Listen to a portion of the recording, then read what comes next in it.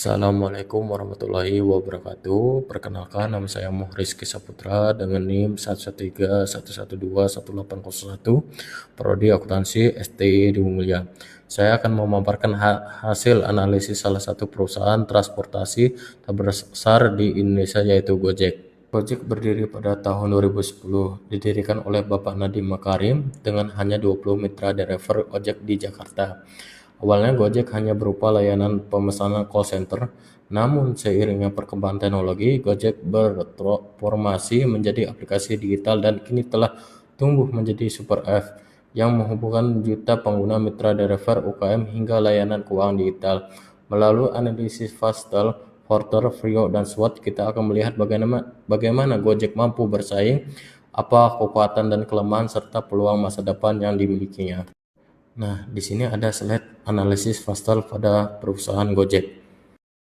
Dimensi politik, ekonomi, dan sosial. Pertama dari dimensi politik. Gojek diuntungkan oleh regulasi tarif transformasi online yang semakin jelas, serta dukungan pemerintah terhadap transformasi digital nasional. Hal ini menciptakan stabilitas bagi operasional perusahaan. Kedua, dari dimensi ekonomi. Meskipun persaingan industri semakin ketat, ekonomi digital Indonesia terus bertumbuh pesat, bahkan diproyeksikan mencapai 146 miliar dolar Amerika Serikat pada tahun 2025 hingga memberikan peluang besar bagi Gojek. Yang ketiga, dari dimensi sosial. Perubahan gaya hidup masyarakat urban yang serba praktis ditambah tingkat adopsi smartphone yang mencapai 89% membuat layanan adoption seperti Gojek semakin relevan dan terus berkembang. Dimensi teknologi, lingkungan, dan hukum. Dari sisi teknologi, Gojek telah berevolusi menjadi sebuah platform dengan berbagai layanan dalam satu aplikasi. Perusahaan juga menaruhkan artificial intelligence dan machine learning untuk memberikan rekomendasi layanan yang lebih opsional. Selain itu, Gojek menaruh fokus pada keamanan dan data konsumen karena ini adalah aset penting dalam menjaga kepercayaan pengguna. Kemudian dari sisi lingkungan, masalah polusi udara di kota besar justru membuka peluang bagi Gojek untuk mendorong adopsi kendaraan listrik dan solusi transportasi yang lebih ramah lingkungan. Hal ini sekaligus mendukung agenda keberlanjutan. Terakhir, dari sisi hukum, Gojek menghadapi kompleksitas regulasi mulai dari status hukum mitra driver, aturan di sektor finance seperti GoFi, hingga kepatuhan pada regulasi perlindungan pada data.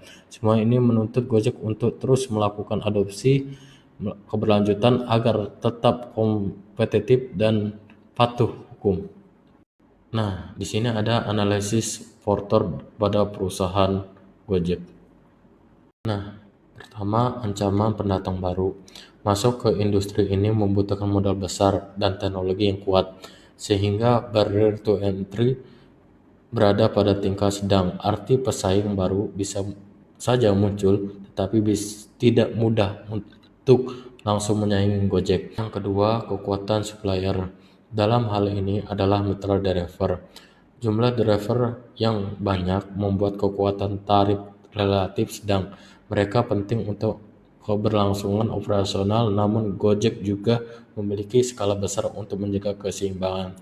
Yang ketiga, kekuatan buyer, yaitu konsumen. Daya tawar konsumen sangat tinggi karena memiliki banyak pilihan mulai dari Grab, Maxim, hingga ShopeeFood. Selain itu, biaya perpindahan aplikasi atau switch cost sangat rendah sehingga konsumen bisa dengan mudah berpindah ke pesaing. Yang keempat, ancaman substitusi. Selain layanan online, masyarakat masih bisa menggunakan transportasi konvensional seperti ojek pangkalan atau taksi biasa.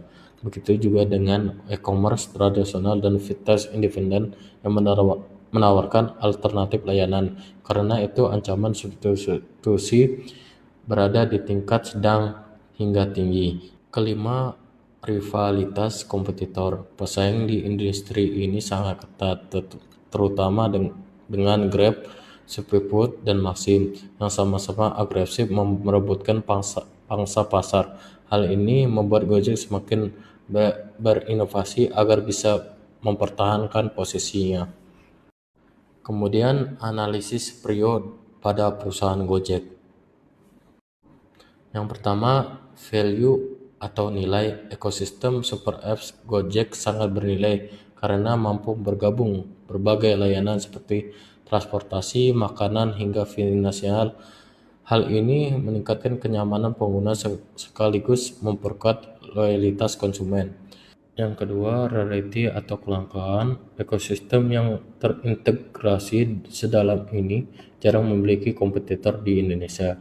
Gojek menjadi pionir yang berhasil membangun hubungan erat antara driver, merchants, dan konsumen. Yang ketiga, imitability atau imitasi.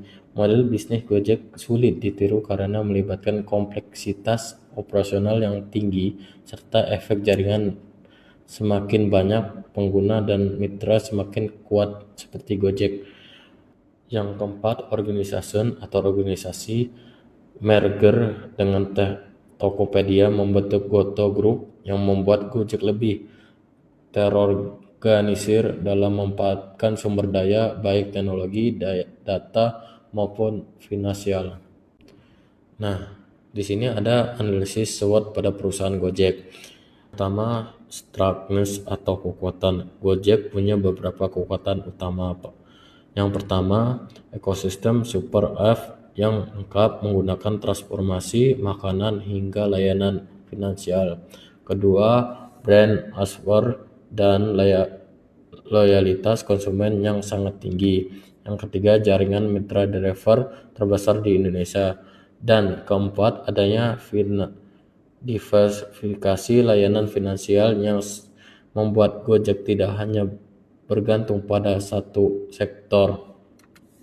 Weakness atau kelemahan. Gojek juga mempunyai kelemahan. Biaya operasional relatif tinggi, apalagi untuk menjaga kualitas layanan dan memberikan insentif driver. Selain itu, Gojek masih sangat bergantung pada regulasi pemerintah, terutama terkait tarif transportasi online dan aturan vintage. Terakhir, probabilitas belum konsisten sehingga perlu strategi untuk mencapai keberlanjutan finansial. Yang ketiga, opportunities atau peluang. Gojek memiliki banyak peluang di depan. Pertama, ada ruang besar untuk ekspansi layanan fintech dan digital banking apabila tren transaksi cashless semakin berkembang. Kedua, akselerasi menuju cashless di Indonesia memperkuat posisi Gojek melalui GoFi.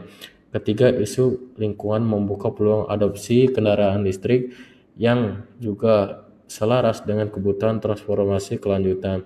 Dan keempat, transisi ke kota besar tier dan 3 masih punya potensi pasar yang sangat besar.